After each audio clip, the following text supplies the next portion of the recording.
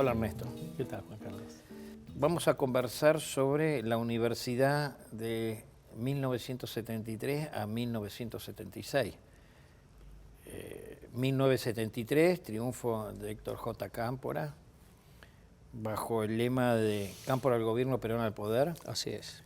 No al margen de un proceso de peronización de la juventud argentina de los años 70, de la cual fuiste partícipe, aunque con algunos años más que yo, también modestamente fui partícipe en la entonces Universidad Provincial de Neuquén, luego transformada en Universidad Nacional del Comahue. Así que también estuve en esa universidad del 73, en la Universidad del Comahue. No de la misma forma que a vos, porque vos terminaste en prisión en el 75, yo terminé, digamos, fuera de la universidad en marzo del 75. Y bueno, conversemos sobre esa época de la universidad argentina, ¿no? Un primer tema que no es exactamente universitario. Vos mencionaste la consigna Cámpora al gobierno, Perón al poder. Hay que recordar que esa consigna la ideó Leonardo Betanín. Creo que su hija trabaja en tu universidad. Ah, mirá vos. Sí, es un lindo recuerdo sobre Betanín.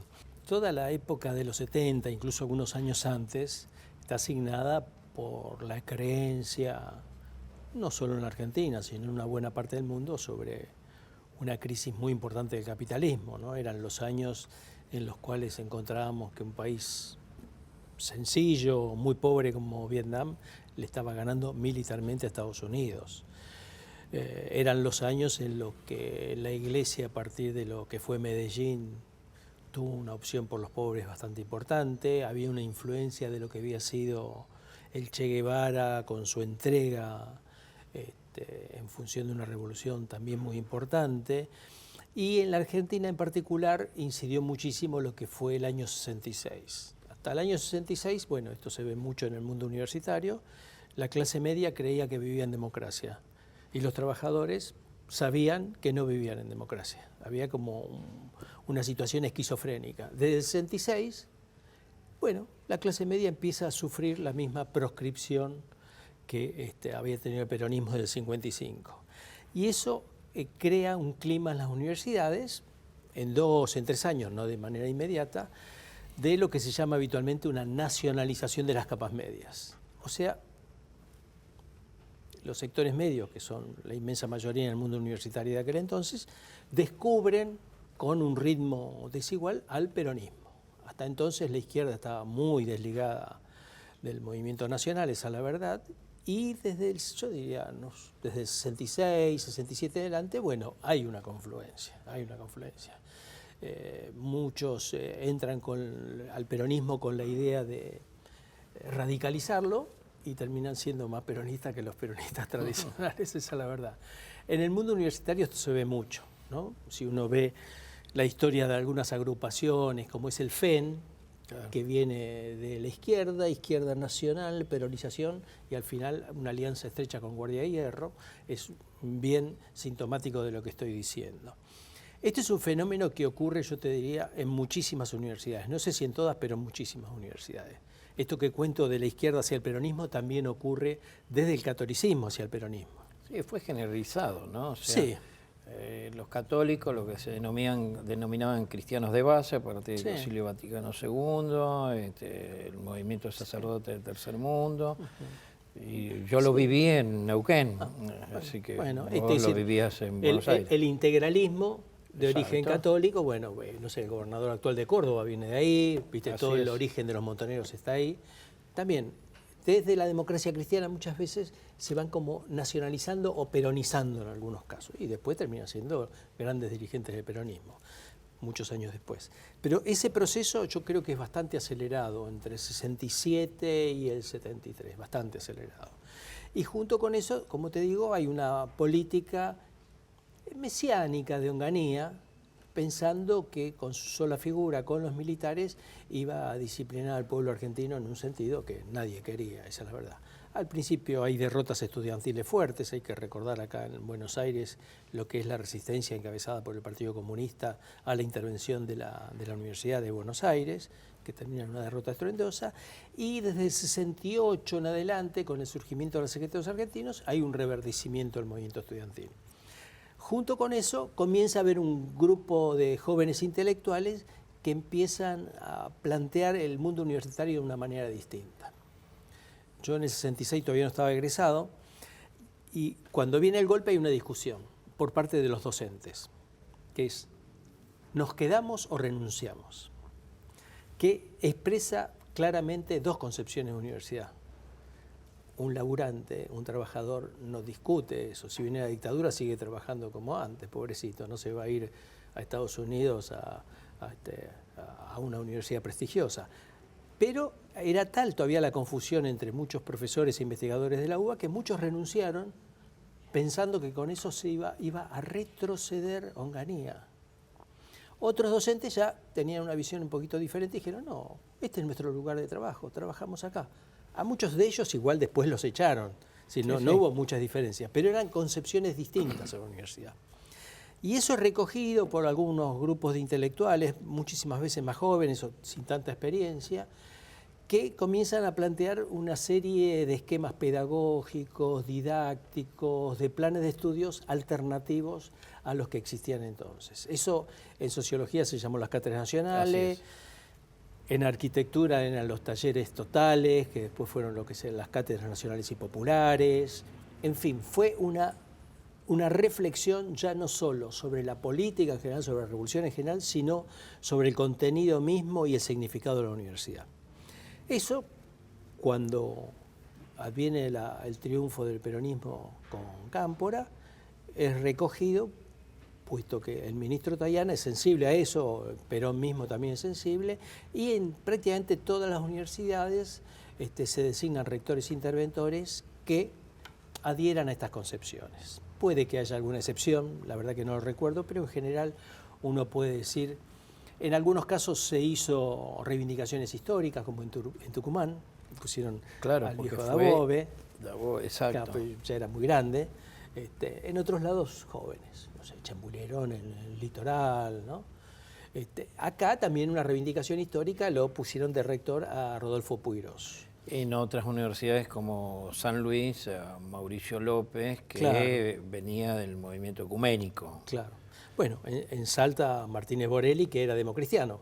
Claro, poeta. Y poeta, claro. Pero todos en general tenían la idea de muy tributarios de Paulo Freire, Pensemos que Tayana habrá asumido el 25 de mayo del 73, supongamos para julio, ya estaba Freire acá y se le otorgó un premio, etcétera, etcétera, ¿no? Todos muy influidos por él. Inició la campaña de reactivación educativa del adulto, que fue el plan de alfabetización bajo los idearios de Paulo Freire, en todo el país. Claro. Entonces, casi todos que pensábamos, hay que aprender del pueblo, que nos dice Freire, tiene que haber una relación distinta entre la teoría y la práctica, hay que tener una relación distinta entre los conocimientos generales y los particulares. Y la universidad y la sociedad. Una relación distinta entre universidad y sociedad, vinculación permanente con la sociedad, una crítica de hecho del viejo concepto de extensión universitaria. Esa concepción se plasmaba de manera distinta en agronomía, que en arquitectura, que en económicas, ¿no? Mucho hincapié en la propia historia argentina y latinoamericana.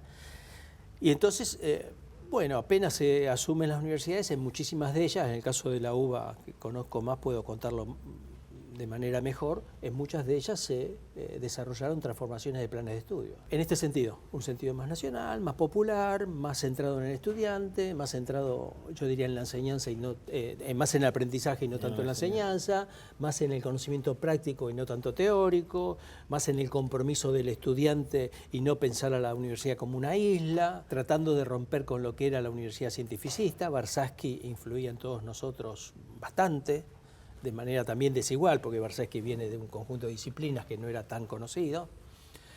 Y esto yo creo que se da en casi todas las universidades. Ahora, todo esto que te estoy contando se da en el marco de un proceso revolucionario. O sea, todos nosotros creíamos que lo que hacíamos era apenas un escaloncito, un mojón pequeño en relación con lo que queríamos. Es imposible. Hay algunos escritos que tratan de escindir las transformaciones pedagógicas de la universidad del proceso histórico, ¿no? Por ejemplo, pienso en algún texto de Adriana, por ejemplo. Es imposible esa decisión. Las dos cosas van juntas. El aspecto de objetivo de ideario de transformación política con el objetivo de transformación pedagógica y didáctica eran lo mismo. Exactamente, nosotros. Comparto tu punto. Sí, y no se puede pensar una cosa sin la otra, esa es la verdad. Entonces, grandes cambios a un ritmo muy acelerado. En el caso de la UBA reincorporamos a todos los docentes echados en el 56 y a todos los docentes echados en el 66, que entre sí eran muy enemigos. Docentes echados en el 55. En el 55, con la Revolución Libertadora, también reincorporados en el 73. Exacto. Y también reincorporamos a los echados en el 66, que entre sí no se llevan muy bien, que digamos, históricamente, ¿no? Claro.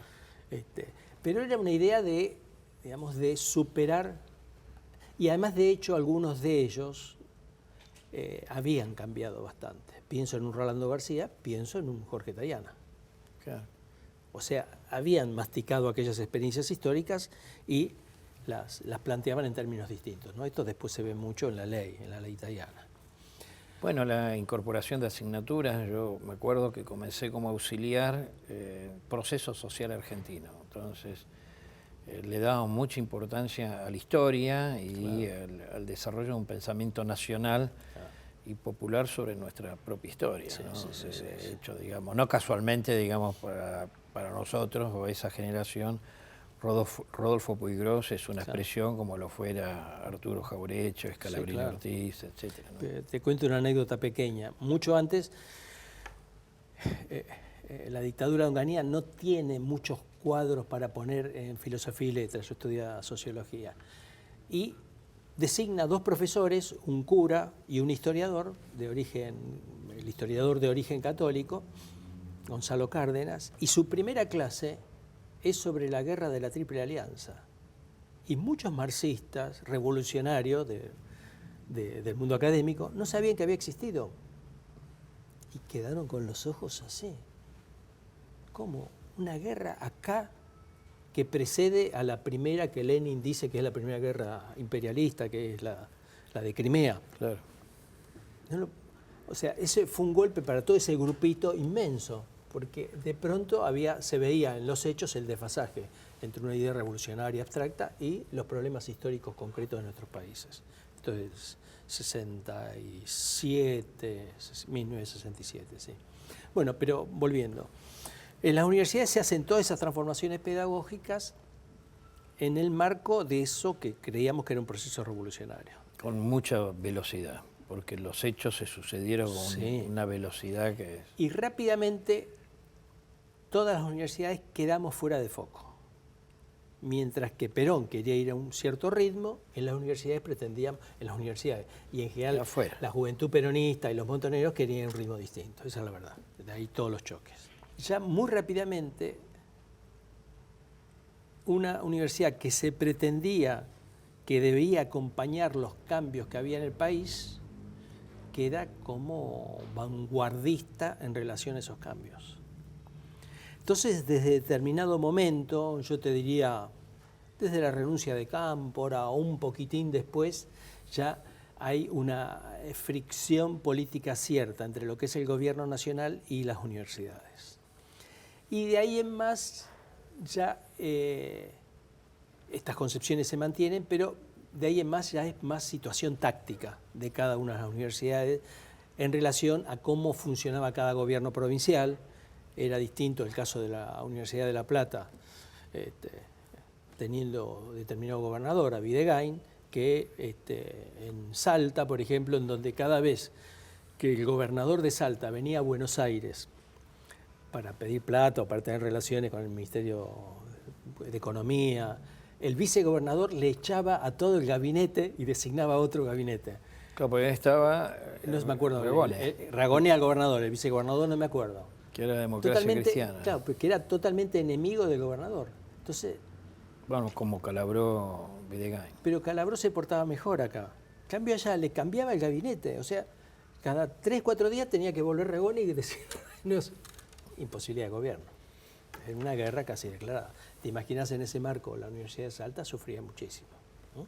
Bueno, yo creo que es injusto que pensemos solo en términos, contar la historia de la Universidad Argentina en términos de la UBA, ¿no? Hay que ver esas, Sí, por supuesto. esas diferencias que son grandes en algunos casos, ¿no? En el litoral fue otra historia, etcétera. Lo que pasa es que en el caso de la UBA fue muy fuerte la velocidad de cambio, ¿no? O sea, claro. Porque lo nombran a Rodolfo Puigros, Sí. y no mucho más allá, imaginemos mayo del 73, principio de octubre del 73, Sí, le ya piden sé. la renuncia a Así Rodolfo es. Puigros. Eso no estaba ocurriendo en las demás Claro, a esa velocidad. Es que Puigros era una figura intelectual muy importante, con una visibilidad impresionante. En aquel entonces, la visibilidad de la Universidad de Buenos Aires, cosa que se ha perdido, era mayor que la del Ministerio de Educación. En México sigue ocurriendo eso. Una conferencia de prensa del rector de la UNAM es mucho más importante que el del secretario de Educación de México. En aquel entonces en la Argentina era así. Entonces, Puigros además tenía unas dimensiones intelectuales fabulosas, ¿no? Esa es la verdad. Es decir, como ser humano, como analista, él ha sido bastante más importante que lo que se trasunta en sus libros, ¿no? Entonces, en esa situación que yo te digo de fricción entre el gobierno nacional y universidades, Puigros era una molestia. ¿Vos eras secretario general Yo era secretario Puigros? general sí, asumimos juntos. 1 de junio asume Puigros y a mí me designan secretario académico, económico y de investigaciones. Al día siguiente hacemos una estructura distinta y yo soy el secretario general de la universidad y ya ponemos 3 secretarios después. Sí, trabajamos muy en contacto. Y asumís en los primeros días de octubre. En octubre, cuando renuncia Puigros, Dayana pretende que el decano de odontología, Banfi, sea rector, el movimiento estudiantil está en contra, los docentes están en contra. Bueno, era una facultad muy reaccionaria, digamos, en la época, ¿no? Y que él estaba poco identificado con estos cambios que te estoy mencionando. Sí, por eso. Poco. Y entonces quedo yo a cargo del rectorado de la universidad hasta fines de marzo, hasta que se dicta la ley. La ley establecía que había que tener 30 años como mínimo para ser rector, así que en ese momento designamos al decano de farmacia, Laguzzi. Raúl Laguzzi. Vos tenías 28. Sí, yo tenía 28. Te faltaban 2. Y Laguzzi tenía 32. Y él se hace cargo del rectorado. Se hace cargo del rectorado hasta que nos intervienen en septiembre del 74, perdón. Antes nos intervienen el 16 de septiembre, 10 días antes, el 6 de septiembre, que ahora se hace un aniversario en los próximos días, ponen una bomba en la casa de Laguzzi y matan a su bebé de 6 meses. Claro. A mí me duele eso profundamente. Además fue justo en el mismo momento que nacía mi primer hijo, el mismo día. El mismo día Sí. de la bomba. Sí, un bebé de 6 meses. Y de eso él se repuso varios años después y su esposa peor todavía, ¿no? Porque, imagino, un choque de esa naturaleza, ¿no? Es tenebroso. Toda esa etapa que yo te diría que va con mi gestión como rector, como la de Raúl, como la de Solano Lima. ¿Qué viene después? Solano Lima, no, yo Solano dejo Lima. de ser rector. Viene Sí. Solano Lima que lo pone Perón. Yo Claro. fui el secretario general de él. Y después, cuando muere Perón, Solano Lima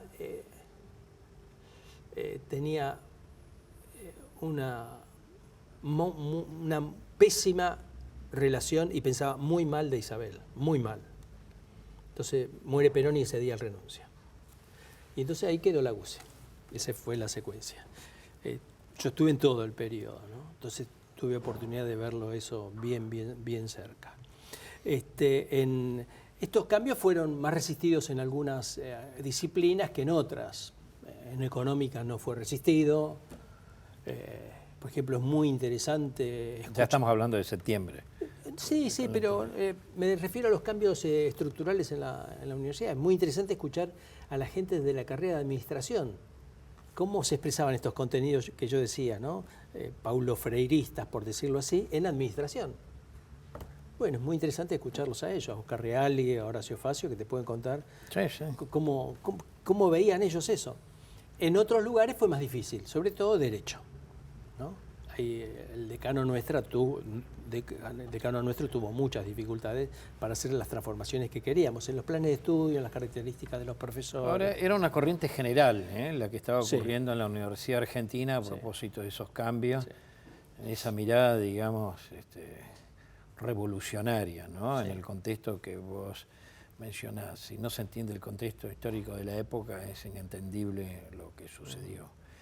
Ahora, en ese interín, a nivel sistémico, Jorge Tayana promueve una nueva ley de universidades y algunos consideran que no fue suficientemente debatida, pero lo fue.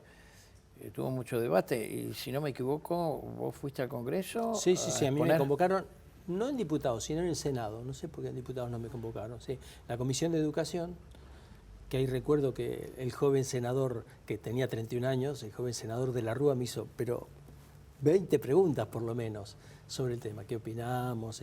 ¿Cómo lo veíamos desde la UBA? ¿Qué críticas teníamos? Etcétera, etcétera.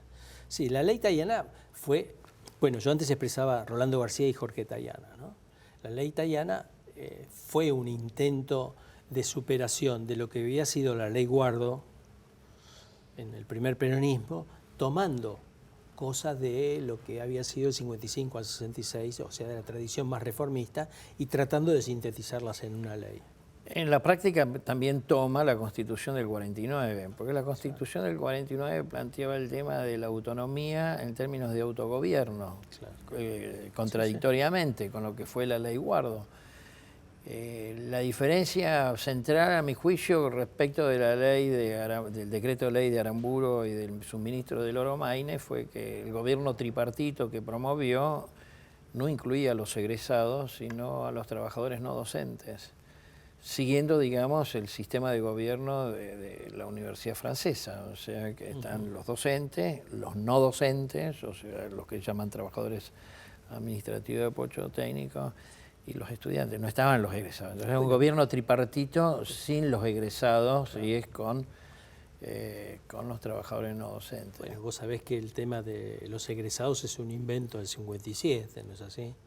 Es un invento para lograr de que la fuga, que había sido partícipe del golpe militar del 55, cuando le da el cogobierno, a Del Oro Maire le pareció que era excesivo darle tanto poder a los estudiantes, y una forma de recortar fue el invento del claustro de graduados, que en realidad, por los sistemas de empadronamiento, es la expresión de los auxiliares de docencia, que si no tienen derecho de voto. Y darle poder institucional a toda esa militancia antiperonista que había participado tan activamente en el golpe, ¿no? A mandatubes, etcétera, ¿no? Lo otro interesante de la ley Tayana en los debates es el tema del ingreso, porque Cámpora asume, en esta gesta, a mi juicio, revolucionaria, asume con el ingreso irrestricto, que era muy caro, digamos, en virtud de que desde el 66 al 73, aunque es un largo de 18 años de proscripción del peronismo, el trayecto del 66-73 desde Onganía y la Revolución Argentina es con examen de ingreso. Entonces se asume con el ingreso directo o irrestricto, y ahí muchísimos estudiantes ingresan a la vida universitaria. O sea, en tu gestión, en la gestión de Rodolfo Puigros, el número de estudiantes es como el 84 con Alfonsín, o sea, en cantidad. No obstante, lo cual la ley sabiamente planteó que había determinadas carreras que, bueno, por edificio, por laboratorios, por las prácticas, etcétera, debería ser administrado. Claro, eso pues se administró mal con lo que se llamó el tríptico que hizo Ivanisevic, siendo ya ministro, talagano, rector, pero es interesante a propósito del debate. Carlos Saullero, y uno ve las crónicas de quienes participaron en los debates en el Congreso, la democracia cristiana tenía un papel relevante porque había formado parte del Frejuli, o sea, el Frente Justicialista para la Liberación, con el Partido Justicialista, ¿no? Te recuerdo que el examen de ingreso no es de Onganía, es anterior. Claro, o sea, antes del 66... Cuando yo ingresé a la universidad había examen de ingreso. Bueno, Hay el escritos famoso de- libro de Sadowski-Guber sobre ejercicio de álgebra para el examen. Hay escritos de Riccieri a favor del examen de ingreso. Ah, eso de Riccieri Claro, Frondizi no claro. conocía esos Claro. escritos. Así que bueno, se da este proceso dentro de cada universidad con distintas particularidades, o sea, no es lo mismo lo que podríamos llamar, bueno, digamos que es un proceso convulsionado también por lo que llamaríamos las corrientes de la derecha peronista, ¿no? O sea, que comienzan a confrontar, ven que lo que entienden como una infiltración al movimiento, etcétera, etcétera, hasta que esos ritmos distintos de cómo iba la universidad al planteo que Perón tenía sobre el acuerdo, el pacto social, etcétera, seguramente lo de Rucci también incidió en la aceleración de este proceso que generó después la intervención general, ¿no? Sí, Sí. a UBA le tocó Talagano. Exactamente, sí. Eso es Pero Talagano fue ya en septiembre. El 16 de septiembre del 74, sí. En otras universidades ese proceso de intervención fue distinto. Ya, Bueno, la nuestra en Comahue, ya no recuerdo, pero es más cercano hacia fin de año, pero ya claro. en marzo ya estaba Remustetu como interventor, que después fue delegado como interventor a la Universidad Nacional del Sur, de origen rumano y muy de ideología nazifascista, Sí. ¿no? Sí, Talagano que- también tenía esas características de ser bastante fascista. Y el secretario de Educación de Iván Isevich, que fue el ministro que Sí. lo sucedió a Tayana, tenía un secretario de Educación, Fratini. Claro, que antes había También estado en de la esa- municipalidad, ¿no? Fratini? Eso De Buenos no, Aires, no, claro, no, yo lo conocí, secretario de Educación. Sí. En contra de que hubiera pintadas en las paredes y ese tipo de cosas, ¿no? Muy ordenancista, ¿no? Ese peronismo de derecha en las universidades se expresaba en general por eso, ¿no? Una visión, digamos, que no aceptaba los cambios culturales que había habido en la sociedad argentina, ¿no? Por eso se sentían tan identificados con los militares, etcétera, etcétera. Después también fueron víctimas, cuando viene el golpe de Videla también quedaron casi todos afuera, ¿no? Porque en rigor no tenían ni mucha fuerza académica, ni mucho proyecto, sino que más bien fueron utilizados como fuerza de choque, ¿no? Recordemos el mismo Talagano que termina enjuiciado por estafas y esas cosas. Otra de las cosas que hay que mencionar es que en el rectorado de la Universidad de Buenos Aires, en la gestión Talagano, se torturó a la gente. En el propio recinto universitario. Sí, en Reconquista y Viamonte, en donde ahora está la Secretaría Académica. A estudiantes. Las cosas que uno no puede creer sucedieron. O sea, la historia de la universidad, a pesar de que ha querido ser isla democrática, separada de los avatares de la historia argentina, ha estado muy ligado con la historia argentina. Otro tema así anecdótico que podés mencionar para esta relación entre universidad y sociedad es el decanoducto, que es una cosa extraordinaria que es muy poco conocida. A raíz de la resistencia que hace el Partido Comunista en el 66 a la intervención a la universidad, hay un conflicto muy grande con mucha violencia dentro de la facultad. Y el decano... ¿De qué facultad? De medicina. De medicina. Y el decano, a raíz de eso... Estaba en donde está ahora la facultad. ¿Dónde está ahora? Ah, Ahí. también.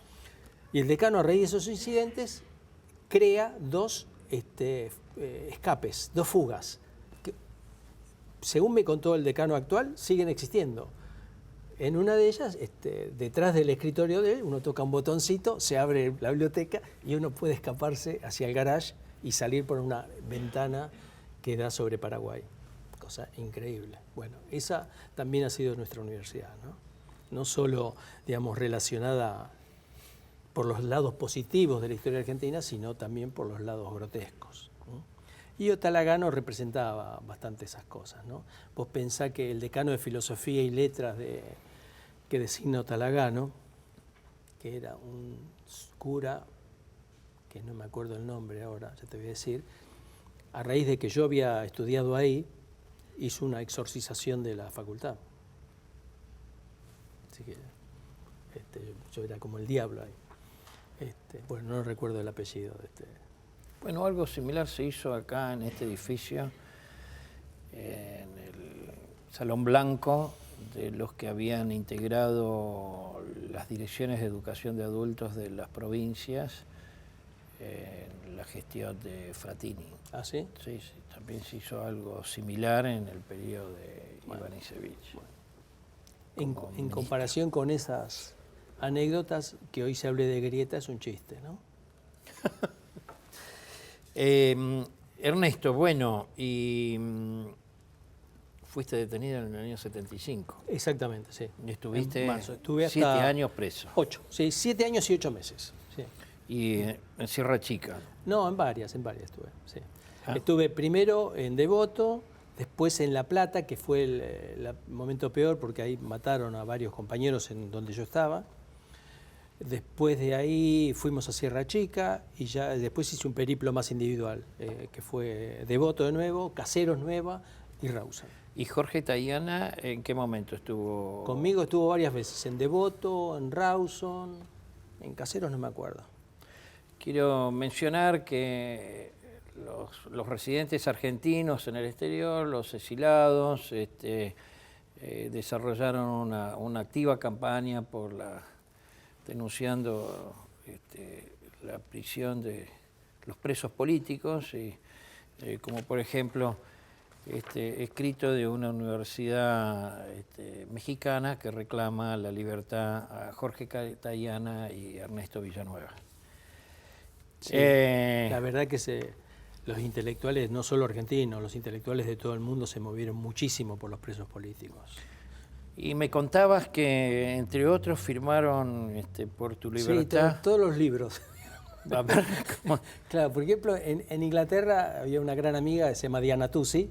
Sí. Bueno, ella logró la firma de Perry Anderson, de Edward P. Thompson, en fin, de los intelectuales que uno solamente cree que son libros. Bueno, existen. Que existen. Claro que existen.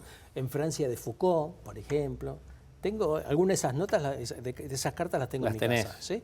Sí, hubo un movimiento muy grande. La verdad que el exilio argentino se movió muchísimo. Al principio no se le creía, pero bueno, era cierto. Entonces, en todos los países, no sé si en todos los países, pero todo. Por ejemplo, me contaban la vez pasada en Estados Unidos, llegaron a tener, no sé si 10, 20 unidades básicas. Claro. Antes del 73, Ajá. No del... Estoy No, hablando... y después. Bueno, hubo unidades básicas previo a 1973 en los Estados Unidos. Creo que llegó a haber 22 unidades básicas. Y llegaron a reunirse acá con Perón estas unidades básicas de los Estados Unidos. Sí, sí, sí. No necesariamente en las mismas corrientes ideológicas en las cuales tanto vos como yo hemos transitado, con algunas diferencias, porque, pero bueno, hablando como lo que podríamos llamar una avenida amplia, porque hubo científicos que entraron por el lado del CONICET que no respondieron a este proceso que se dio. Sobre todo en exactas. Y quien nombraron interventor en el CONICET en 1973 se mantuvo en el cargo hasta 1976, hasta el golpe, lo cual indica de que ahí fue lineal, no hubo una ruptura como sí ocurrió en la Universidad Argentina en el periodo de Jorge Tayana y luego... Sí, de todos modos con el CONICET había una relación excelentísima por parte de las universidades en aquel entonces, ¿no? ¿Ah, sí? Sí, el secretario de investigación era Olivera, que acaba de morir. Y la mano derecha de él era Marta Spatez, economista, que hacía de enlace con el CONICET y teníamos reuniones periódicas. Sí, sí. No recuerdo que hubiera tanta distancia con el CONICET, siendo que tenía unas dimensiones mucho menores que las actuales, ¿no? Sí. Y un predominio total de medicina. De las biomédicas, y eso significó que, uno lo podría relatar de la siguiente manera. En esa etapa histórica, previo a la intervención del 74, de septiembre o fines del 74 hasta marzo del 76, Digamos, es un periodo también de oscuridad y de fuerte convulsión política hasta el golpe militar, ¿no? Claro. Vinculado a la caída del nivel de actividad, Ajá. el proceso inflacionario, la pérdida de ingresos de los trabajadores, o sea, fue bastante complejo. Ernesto, una reflexión final sobre esta etapa de la historia de política argentina y de la Universidad Argentina. Bueno, 73 al 76 es una época que se inicia con una sonrisa revolucionaria y termina con una tragedia, esa es la verdad. Y eso admite, yo creo, tres etapas. Una primera de transformaciones en el sentido de los cambios que nosotros pretendíamos para la universidad, haciéndola más popular, más democrática, más al servicio de los problemas nacionales. Una segunda etapa de fricciones con el gobierno nacional, que estaba ralentizando un poquito su dinámica. Y una tercera etapa, que ya después de la intervención, en el caso de la UBA, en el caso de otras universidades no, en donde vuelve a tomar la universidad gente que ni siquiera la había tomado en las peores épocas, ¿no? Muchas gracias. No, por nada, Juan Carlos. No, es un tema que hace a nuestras vidas, así que... En nuestras vidas, pero pese a todo, como dije en la introducción, Ernesto Villanueva regresó al país, sigue siendo un profesor, un académico, un investigador, y ha sido reconocido por la comunidad universitaria para ser electo como rector de la Universidad Nacional Jauretche, lo que implica un reconocimiento también a su trayectoria histórica. Gracias. Gracias, Ernesto.